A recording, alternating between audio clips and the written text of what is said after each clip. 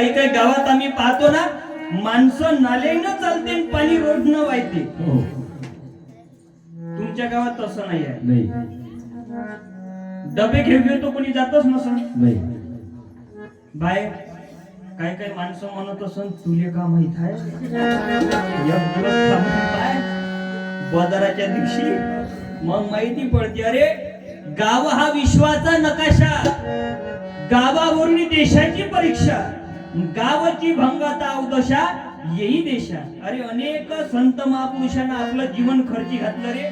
आपल्याला इथं बसाचा अधिकार दिला. संत महापुरुषाची पुण्यही आहे. लोक म्हणते नाव घेतल्यानं काय होते. अरे नामात केवढी ताकद आहे हो. मला सांगा, सीता मातेला रावणानं नेलं. कुठं नेलं? लंकेत. मग आता हनुमान शोध लावत होता. पता लागला की सीता माता कुठं आहे? लंकेत आहे. मग आता शोध लागला लंकेत पर्यंत जायचं आहे.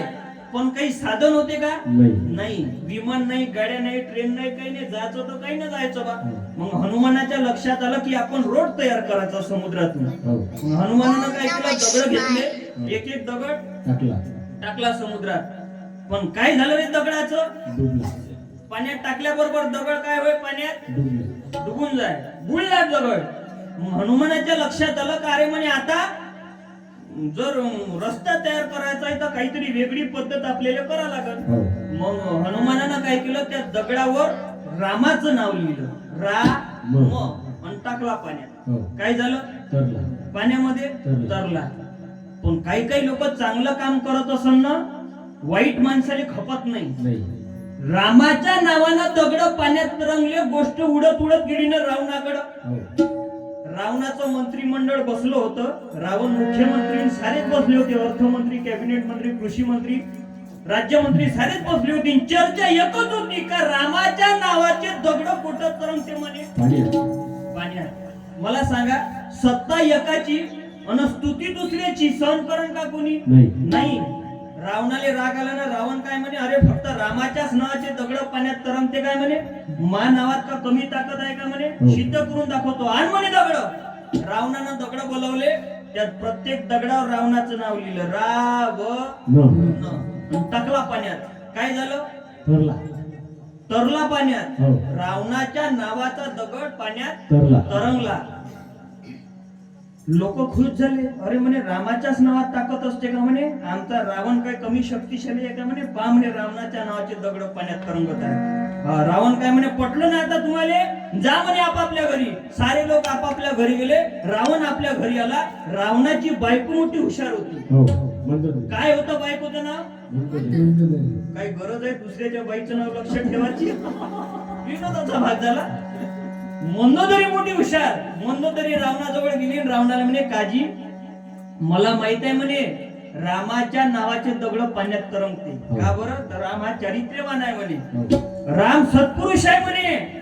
पण तुमच्यात ती ताकद नाही आहे म्हणे. रामाच्या नावाचे दगड पाण्यात तरंगते पण तुमच्या नावाचे नाही तरंगू शकत म्हणे. तरी पण तुमच्या नावाचा दगड पाण्यात तरंगला म्हणे. खरं खरं सांगा तुम्ही का केलं?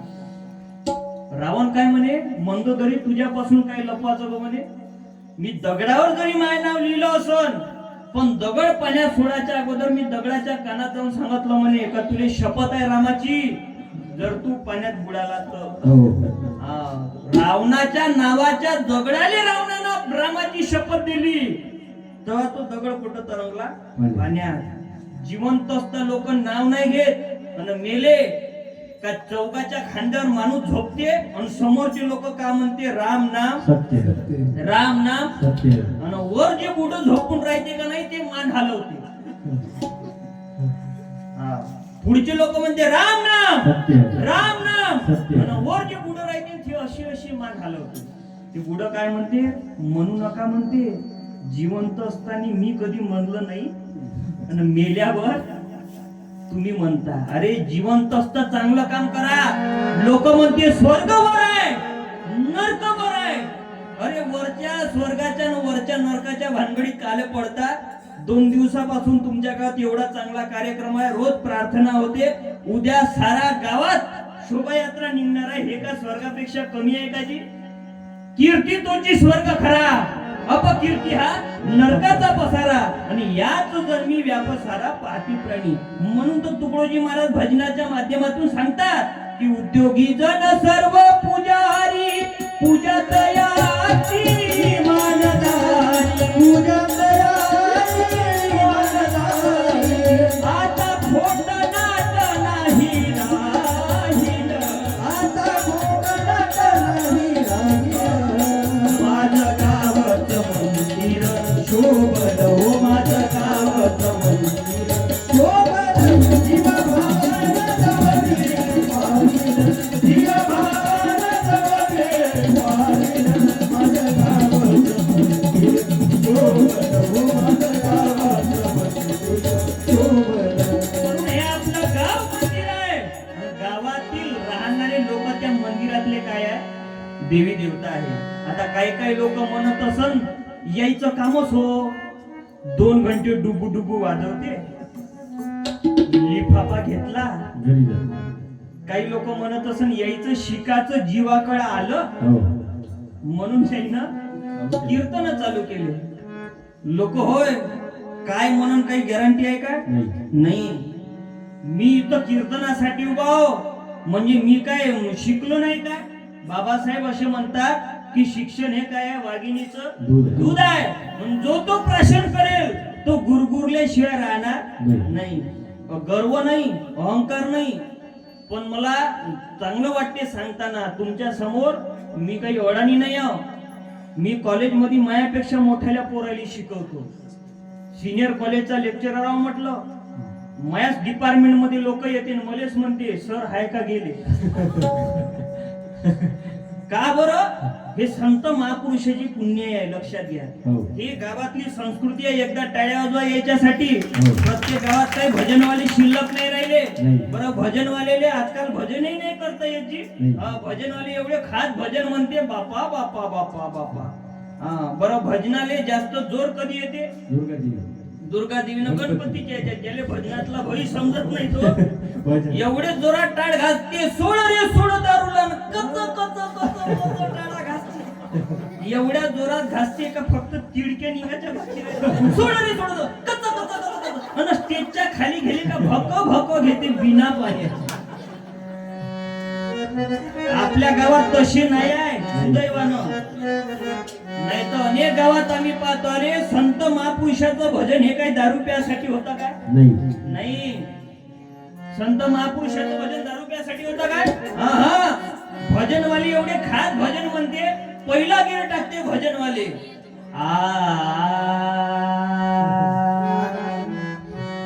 आना म्हणते. दुसरा गेर टाकते आना म्हणते नाश्ता. अरे भजन याले म्हणते काय? चीननं भारतावर आक्रमण केलं. जवान माघारी येत होते. संख्या कमी पडत होती ना. केंद्रीय मंत्र्यांनी माहित झालं अरे अमरावती जिल्ह्यामध्ये तुकड्या बाबा नावाचा संत आहे. असं म्हणतात की त्याच्या भजनात ताकद आहे. तुम्ही त्याला बोलवा. तुकडोजी महाराजांच्या नावानं लेटर आलं. तुकडोजी महाराजांना सीमेवर बोलावलं.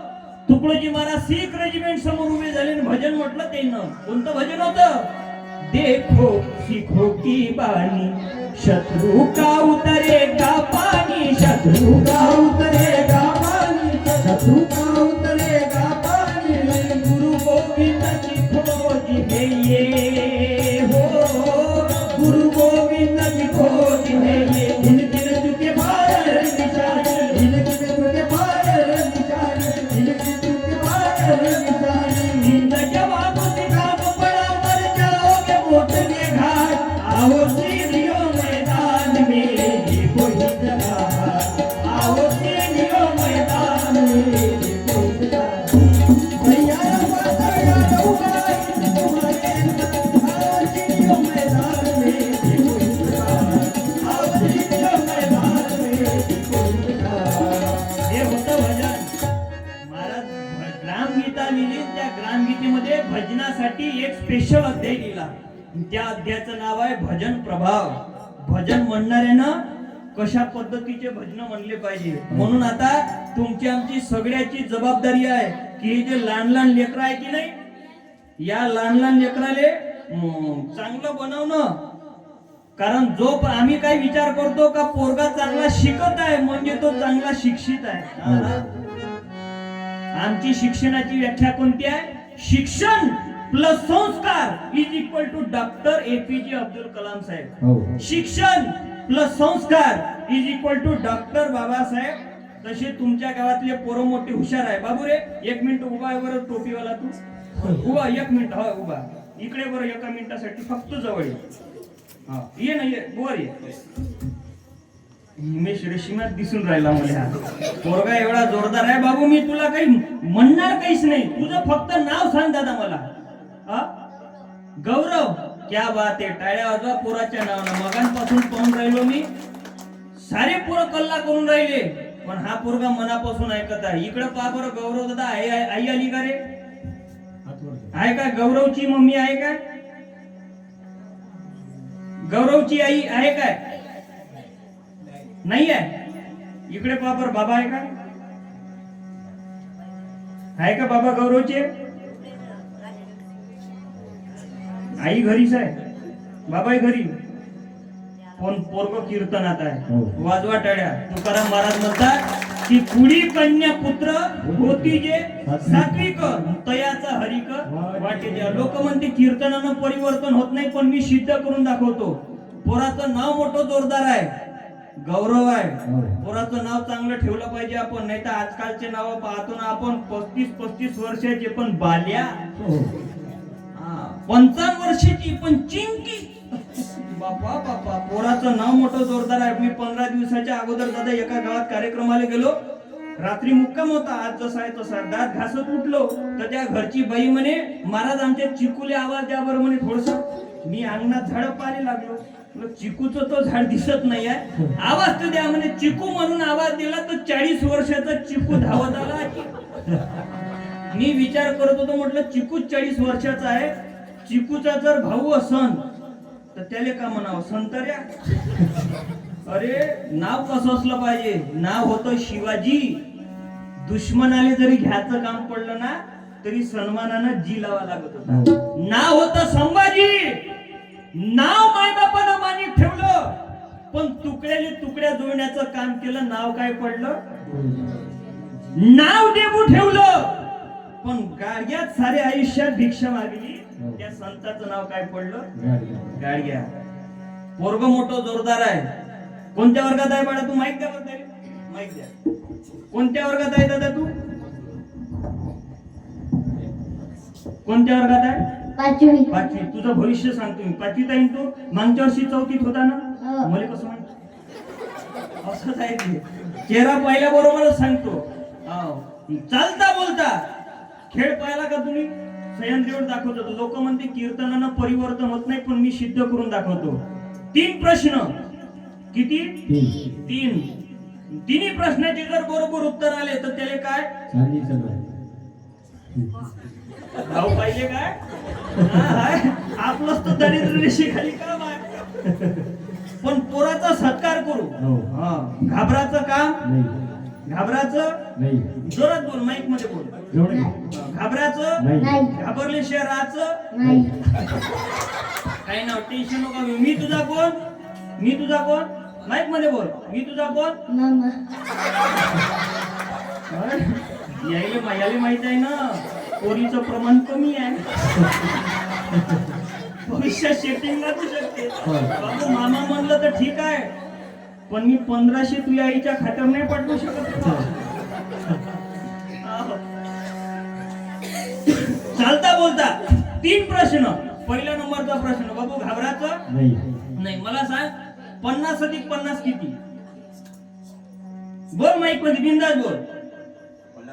50 अधिक 50 किती? 100. तुमच्याकडे टाळ्या वाजवायची पद्धत नाही का? काय काय बायले वाटत असन आपलं होय का? आपलं असतं. पोरग मोठं हुशार आहे आजी. नाही तर परवा एका गावात गेलो कार्यक्रमात. त्याला विचारलं. वर्गात गेलो. त्या मास्तरले म्हणलं सगळ्यात हुशार पोरगा कोणता? मास्तर म्हणे कोणाला विचारांची म्हणे सारेच हुशार आहे म्हणे. एका पोराला उभं केलं. काय रे 50 अधिक 50 किती? आता यानं बरोबर सांगितलं. तो पोरगा काय म्हणे 50 अधिक 50 150. मी त्या मास्तरले म्हणलो याच्यापेक्षा हुशार पोरगा नाही का, हाच कॅप्टन आहे की म्हणे वर्गाचा, हा तर 150 म्हणता हो की म्हणे, बाकीचे 250च्या वर आहे म्हणे. याले दाबदूब करून 150 पर्यंत आणलं म्हणे. पुढच्या वर्षी चक्कर माराल तर पिचक. पण पोरानं उत्तर मोठं जोरदार दिलं. पहिला प्रश्नाचं उत्तर आपल्याला भेटलं. दुसरा प्रश्न आहे बाबू तुझ्यासाठी, मला सांग, एका डोळ्याने 1 किलोमीटर दिसते तर 2 डोळ्याने किती दिसन? बोल माईक मध्ये. एका डोळ्याने 1 किलोमीटर दिसते तर 2 डोळ्याने किती? बोल ना.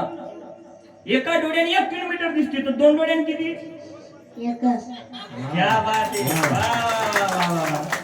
मोठे जोरदार पोर आहे हे. संस्कार दुष्परिणामकारी न पळावे आतील गर्भावरी, म्हणून माता पित्याने सद्विचारी राहावे सद्भावे. नाही तर मोबाईलचं एवढं फॅड वाढलं आहे. आता मी ह्या लहान लहान पोरायचं शिबिर घेतो दादा, 200 पोरायचं शिबिर घेतो गडचांदूर जवळ, मोजरीतही घेतो शिबिर. एका बापानं काय केलं, आपल्या पोराला मोजरीच्या शिबिरात टाकलं महिन्याभरासाठी. ज्या दिवशी ऍडमिशन केली त्या दिवशी तो त्याला टाकून दिलं, नागपूरला चालला आला. पुन्हा लगेच नागपूरला आल्याबरोबर पुन्हा मोजरीत वापस आला त्याला भेटासाठी. मी म्हणलं एवढा लाडका आहे का म्हणलं तुमचा पोरगा, तुम्ही आताच टाकलं पुन्हा वापस म्हणलं नागपूरला गेले, पुन्हा आले म्हणलं याला भेटासाठी. एवढा लाडका असं तर घेऊन ना म्हणलं. तर त्याचा बाप म्हणे मी याले न्यासाठी नाही आलो जी म्हणे, माझ्याकडे जो मोबाईल आहे ना म्हणे त्याचा पासवर्ड फक्त यालेच माहित आहे. महत्वाचा फोन लावायचा आहे पण काही लॉक माहित नाही. मी म्हटलं अंगठा तोडून देतो आता एकलव्यासारखा. पण पोरानं उत्तर मोठं जोरदार दिलं. तिसरा प्रश्न आहे तुझ्यासाठी बाबू, घाबरायचं नाही ना कॉपी करायची नाही. मला सांग तुझ्या शर्टले बटना किती आहे? पाहू ना, घाबरायचं नाही, कॉपी नाही करायची. गुंडाच नाही. क्या बात आहे, वाजवा टाळ्या. लोक म्हणते कीर्तनानं परिवर्तन होत नाही, मी सिद्ध करून दाखवतो. बाबू रे, आई वडिलाची सेवा करायची ना रे, करायची ना? करा हात समोर, शपथ घेऊ आपण आज. करा हात समोर, म्हणा मी आजपासून खोटं बोलणार नाही. म्हणणार रे तू, तुझा उपास आहे का बघ. म्हण, मी आजपासून खोटं बोलणार नाही.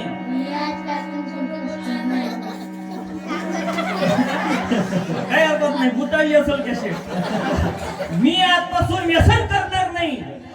माईक मध्ये बोला. मी आज काटून उपास करणार नाही. म्हणतो काय हरकत नाही. पोरा तुम्ही बोला, म्हणा आजपासून या पुढे भविष्यात कधी खरा खाणार नाही. खाता नाही, खाता काय नाही ना? म्हणा आज भविष्यात कधी खरा खाणार नाही, कधी दारू पिणार नाही, मित्रांना आग्रह केला त्याचा अपमान करणार, आई वडिलाची सेवा करायची ना रे, करायची ना? लग्नापर्यंत गेले पर्यंत, कधीपर्यंत? लग्न कधीपर्यंत? लग्नापर्यंत. झालं बाबू, तू एक कॅन्डिडेट नाही इथं असतं तर तुला बाहेर झोपायला लावलं असतं. परिवर्तन पाहायचं आहे काय? आता पहा, आई वडिलाची सेवा करायची ना रे, लग्नापर्यंत की मरेपर्यंत. याले म्हणते परिवर्तन. तुकडोजी महाराज म्हणतात देव मान्य नाही ना, ठीक आहे. काही काही लोकांना देव मान्य नसतो, पण हरकत नाही. देव मान्य नाही ना, हरकत नाही. पण तुमच्या घरी 2 देव आहे, त्या देवाची इमानीद्वारे पूजा करा, त्या देवाची इमानीद्वारे सेवा करा. काय म्हणतात? विठ्ठल रखुमाई घरी लाई, पुंडरीक हे मुले बोली, पुंडरीक हे मुले बोली. हो त्याला सेवेचं फुल मी वाहिल, त्याला सेवेचं फुल मी वाहिल. माझं गावाचं मंदिर शोभल हो, माझं गावाचं मंदिर शोभल हो, माझं गावाचं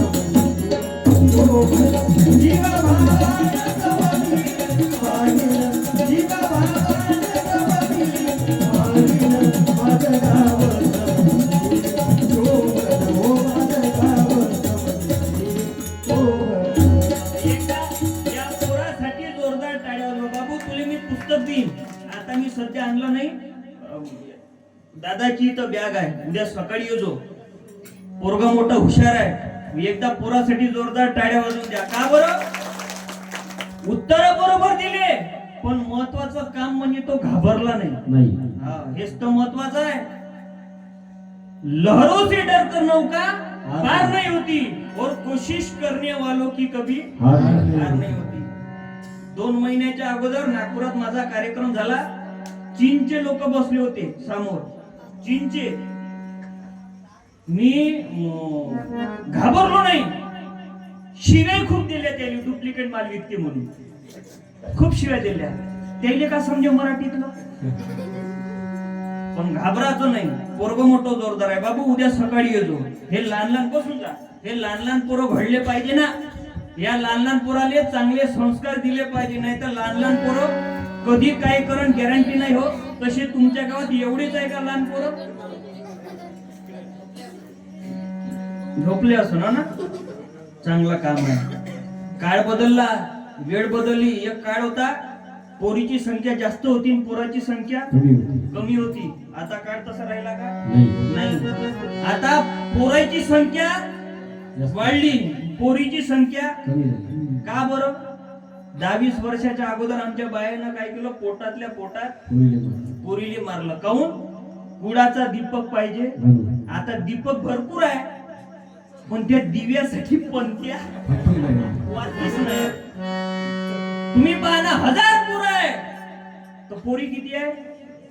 900.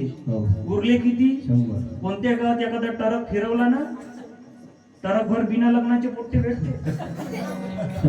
भेटूनच नाही राहिला ना. आता पोरायचं ते हुंडा पाहिजे, वावर किती आहे, हे किती. आता ते बंद झालं. आता पोरायचं एकच वाक्य आहे, कशी असली तो चालते, फक्त जिद्दी पाहिजे. आपण संस्कृती जपली पाहिजे ना आपली. अलीकडल्या काळात काय झालं, विज्ञानाचा काळ वाढला. आम्ही आमच्या संस्कृतीमध्ये भेसळ केली. आमच्या संत महापुरुषानं किती चांगलं मंगलाष्टक लिहिलं हो, किती चांगले मंगलाष्टक लिहिले. पण आम्ही काय केलं, त्या मंगलाष्टकामध्ये भेसळ केली. पोरीचं नाव त्याच्यात, पोराचं नाव त्याच्यात, पोरीच्या माईचंही नाव आणि पोराच्या बापाचं नाव, पूर्ण कॉकटेल करून टाकते. आणि तुकडोजी महाराजचं मंगलाष्टक किती खास आहे, एक दाखवा बरं. एक वरची तुकडोजी महाराजचं मंगलाष्टक पहा. मित्रा घे वचनासया समजुनी, तू पोर नाही आता. काही काही बिना लग्नाच्या पोरायले वाटत असं आला ना राजा कसं लग्नाचा. काय म्हणलं? मित्रा. मित्रा कोणाला म्हणा हो, जो बरोबरीचा माणूस आहे त्याला काय म्हणते? मित्रा. पण तुकडोजी महाराजांना मित्रा कोणाला म्हणा हो? मित्रा घे वचनासया समजुनी, तू पोर नाही आता. आली एक जबाबदारी तुझला, घे एक पत्नीव्रता. किती? 2 म्हणलाय का? 3 म्हणलाय? 4 म्हणलाय? नाही. किती? शुभमंगल. आणल्या का अक्षरा? नसन आणल्या तर माती उतरा. अरे किती चांगले मंगलाष्टक आहे हो, अर्थपूर्ण. पण आपण ते म्हणतो का? नाही. आता आपण आपली संस्कृती जोपासली पाहिजे. हे भजन मंडळी, हे गावातली संस्कृती आहे. भजनवाले शिल्लक नाही राहिले. बरं राहिले तर राहिले, चांगले भजन नाही म्हणून राहिले. जसं एका कार्यक्रमात गेलो, पेटीवालाही हजर नाही, तबलेवालाही हजर नाही. काऊन? तर नाही म्हणे पेटीवाल्याचे 100 रुपये आहे म्हणे तबलेवाल्याकडे, तुमच्याकडे नाही. इकडलं पेटीवाल्याचे 100 रुपये आहे म्हणे तबलेवाल्याकडे. चालू कार्यक्रमात पेटीवाला पैसे मागते म्हणे याले. म्हणून पेटीवाला म्हणे का मी कार्यक्रमाला येत नाही. मी म्हणलं मग तबलेवालाही म्हणते म्हणे का चालू कार्यक्रमात पैसे मागते म्हणून मी येत नाही. पेटीवाला मैं पैसे देत नाही म्हणून मी काही. मी म्हणलं विषय 100 रुपयाचा आहे ना. मी म्हणलं पेटीवाल्याचे 100 रुपये मी देतो. पेटीवालेले बोलवा आणि तबलेवालेले हो. बोलवा. आले भाऊ दोघही. कार्यक्रम चालू झाला. 1.5 तास कार्यक्रम चालू झाला. 1.5 तास काही नाही बोलले. नाही 1.5 तासाच्या नंतर पेटीवाल्याने आवाज काढला, माझे पैसे कधी देशील? तबला म्हणे धिन धिन. दिन तर दिन नाही तर मग आता हे सागवान होते. मी आड जात नाही पण ती खंजरी. मी म्हणलं टूक टूक. डुबले रे डुबले. काही अरे हे संस्कृती आहे ना. तुकडोजी महाराजांना भजन केलं. भजन कोणतं? तंदिया मंदिया और जो बच गया धंदिया. तंदिया मंदिया और जो बच गया धंदिया. तंदिया और जो बच गया धंदिया, और जो बच गया धंदिया. अब तो रहा प्रेम ही पास में.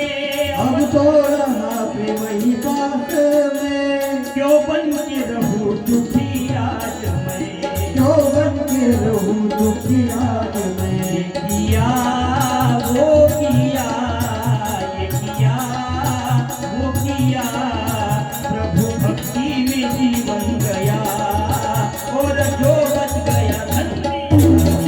तंदिया तंदिया और जो बच गया धंदिया, और जो बच गया. म्हणून आपलं जीवन हे संत महापुरुषासारखं जगलं पाहिजे. ज्या ज्या लोकांनी समाजाला चांगलं सांगायचं काम केलं त्या लोकांवर शेवटपर्यंत अन्याय झाला. हो. अरे ज्या गाडगे बाबाचं आपण नाव घेतो ना, गाडगे बाबाला मारलं हो. किती कठीण असते संत महापुरुषाचं आयुष्य. गाडगे बाबाला एक दिवस समोरच्या गावाला कीर्तनासाठी जायचं होतं. शरीर क्षीण झालं. चालता चालता थकले आणि नदीच्या काठी बसले. हो. तेवढ्यात एक बंडीवाला माणूस आला. बंडी म्हणजे बैल बैल. बैल बंडी. हो. बंडीवाला माणूस आला. गाडगे बाबा जवळ उभा राहिला आणि गाडगे बाबाला म्हणे, बाबाजी म्हणे कुठं चालले हो म्हणे. गाडगे बाबा म्हणे, नाही रे म्हणे समोरच्या गावले कीर्तन आहे, कीर्तनाले चाललो. चालता चालता थकलो म्हणून इथं बसलो. मग तो माणूस म्हणे, बाबाजी आता तुम्हाला न्यायासाठी येईल कोण? हो. तुम्हाला नेईन कोण? हो. एक काम करा म्हणे, मला त्याच गावातून जायचं आहे म्हणे, माझ्या बंडीत तुम्ही बसा. बसा, मी तुम्हाला नेऊन सोडतो म्हणे. हो. आता त्या माणसानं वाईट म्हणलं होतं का चांगलं म्हणलं होतं? चांगलं. पण हे गाडगे बाबा होते ना. हो. गाडगे बाबा त्या माणसाले म्हणे, त्या बंडीत काय आहे बे म्हणे. तो माणूस म्हणे, बाबाजी काही नाही म्हणे, कापसाचे गाठोडे आहेत 2 आणि मी एक. हो. गाडगे बाबा म्हणे, काय बे म्हणे, कापसाचे गाठोडे तू आणि मी, तिघाचं वजन किती होईल म्हणे बैलाले. तो बंडीवाला माणूस म्हणे, बाबाजी आता वजन तर होणारच आहे. एक काम करा, येत असून तर या, नाही तर नाही तर रा. मले जाऊ द्या, पण वजन किती होईल ना हे किती होईल कायले म्हणता म्हणे. हो. गाडगे बाबा म्हणे, मले तर यातच आहे म्हणे तुझ्या बंडीत, मग या ना म्हणे. गाडगे बाबा म्हणे, तुले जर न्यायचं आहे मले तर एक काम कर म्हणे, कापूस खाली उतरव, हो. तू गाठोडे घेऊन ये म्हणे पैदल. माझ्या हाती बंडी दे म्हणे, मी बंडी घेऊन जातो. मला सांगा, बंडी कुणाची? मालकाची. मालकाची. बैल मालकाची. त्याची. कापूस मालकाची. त्याचा. आणि गाडगे बाबा त्याला म्हणते का, तू कापूस घेऊन पैदल ये हो. डोक्यावर घेऊन, हो. आणि मी बंडी घेऊन जातो. जातो. मला सांगा, एखादी माणूस जर हायवेवर लिफ्ट मागत आहे आणि तुमच्यापैकी एखादा माणूस 2 व्हीलर घेऊन गेला आणि त्याच्या जवळ उभा राहिला आणि त्याला जर म्हणलं, काय रे कुठं चालला? नाही रे वनीले चाललो. चालला का? हो. मग येते का? मला वनीले जायचं. एकटं जाण्यापेक्षा तू ये ना. तुम्ही काय म्हणता? चांगल्या हिशोबाने म्हणता. पण त्या माणसानं म्हणावं, नाही मले तर वनीले यायचंच आहे, पण एक काम कर, तू पैदल ये, तुझी गाडी मले दे. असं जर म्हणलं तर तुम्ही काय करा? लाता नाही मारण का त्याले? गाडगे बाबा त्याले म्हणे, तिघाचं वजन किती होईल म्हणे बैलाले. एक काम कर म्हणे, मले जर न्यायचं असेल तर तू कापूस घेऊन पैदल ये म्हणे डोक्यावर, मी बंडी घेऊन जातो म्हणे तुझी. त्या माणसानं काय करायला पाहिजे? त्या माणसाला राग आला. पोटात जेवढ्या शिव्या होत्या की नाही, जेवढ्या पाठ होत्या साऱ्या एका मिनिटानं देणं चालू केलं तर 10 मिनिटं बंदच नाही केली. जेव्हा शिव्या संपल्या, रागात बंडी घेतला आणि चालला गेला. आता शिव्या द्यायला कोणती पुस्तकं पाठ करावं लागते का? नाही. ग्रंथ वाचा लागते. नाही. आता येतं अनेक लोक बसून आहे मना हलू हलू कीर्तन ऐकत आहे. मला असं नाही वाटत की इथं बसून असलेले एकही माणसाली शिवी पाठ नसन. आहे का? बरोबर आहे का? हे भजनवाले माणसं ही तशीच आहे. कामापुरते मध्ये पाठ आहे. सांगायचं तात्पर्य म्हणजे शिव्या द्यायला पुस्तकं पाठ करावं लागते का? त्या माणसानं का केलं, एका दमा शिव्या देणं चालू केलं तर बंदच नाही केलं. शिव्या संपल्या, रागारागात बंडी घेतला आणि चालला गेला. पण गाडगे बाबाच्या जवळ जो माणूस होता ना सेवक, तो गाडगे बाबाला म्हणे, बाबाजी तुम्ही उफाट काम करता म्हणे. बंडी त्याची, बैल त्याचे, कापूस त्याचा, तुम्हीच त्याला म्हणता म्हणे का कापूस घेऊन तू पैदल मले बंडी घेऊन जाऊ दे. खाल्ल्या काय म्हणे पोटभर शिव्या. चांगले बंडीत बसले असते म्हणे, गेले असते म्हणे, नेऊन सोडलं असतं म्हणे. तुम्ही उफाट काम करता म्हणे. पण गाडगे बाबाचं जे उत्तर होतं ना, गाडगे बाबा आपल्या माणसाला म्हणतात, अबे लेका टोपलं टोपलं भात खाले जास्त ताकद नाही लागत, फक्त जनावर व्हावं लागते. गाडगे बाबाच्या शब्दात टोपलं टोपलं भात खाले जास्त ताकद लागत नाही, फक्त जनावर व्हावं लागते. बकेट बकेट बासंती प्याले जास्त ताकद नाही लागत, फक्त जनावर व्हावं लागते. पण माणसाचा दोष नसताना लोकांच्या शिव्या पचवाले जास्त ताकद लागते आणि ती ताकद या गाडग्यात आहे. हे होते गाडगे बाबा. हे एक संत कैसे देवूजी राज माझे, हे एक संत कैसे देवूजी राज माझे, हे एक संत कैसे देवूजी राज माझे, हे एक संत कैसे देवूजी राज माझे. कपडे नवे जरीचे लंगड्या लुल्यात देई, कपडे नवे गरीबे लगड्या मुलांना देई. गाडगे बाबांनी हजारो लोकांना कपडे वाटले. गाडगे बाबाच्या परिवाराची बाई, गाडगे बाबा कपडे वाटत होते, घालायसाठी काही नव्हतं, रांगेत लागले ना. पोरीच्या मनात शंका आली, बापाला जर आपला चेहरा दिसला तर बाप आपल्याला कपडे देणार. पोरीनं चेहरा झाकला माय, रांगेत लागली, कपडे घेतले, जायसाठी निघाली. गाडगे बाबाला दिसलं ना कपडे घेणारी दुसरी तिसरी कोणी नाही आहे तर माझी पोरगी आहे. गाडगे बाबा धावत गेले, त्या लेकी जवळचे कपडे हिसकले. पोरगी रडायला लागली, बाबा घालासाठी काही नाही आहे, याच्यातलं अर्ज तर द्या. गाडगे बाबा म्हणत, तुला लागत असेल तर मी वावरात जातो, दुसऱ्याच्या वावरात काम करतो, स्वतःच्या पैशानं विकत घेऊन देईन, पण लोकांचं दिलेलं दान हे मी घरी कधी वापरणार नाही. हे होते गाडगे बाबा. कपडे नवे गरीबे लगड्या मुलांना देई. आपणास चिंती नाही हो, आपणास चिंती चिंतीने चिंती शिकली रे गाडगे बाबांनी. हे एक संत कैसे देवूजी राज माझे, हे एक संत कैसे देवूजी राज माझे, हे एक संत कैसे देवूजी राज माझे. लक्षात घ्या, तने लोखंडाचे खावे तरीच ब्रह्मानंद पावे. संत होणं काही साधी गोष्ट नाही. लोक म्हणते जगात चमत्कार नाही, चमत्कार नाही.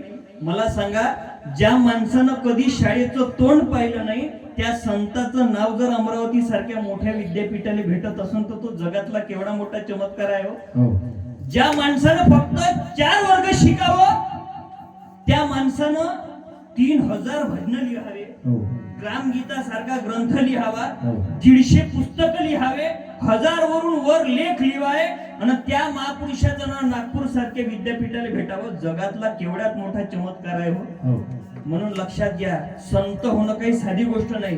पण संसाराचा नियम आहे,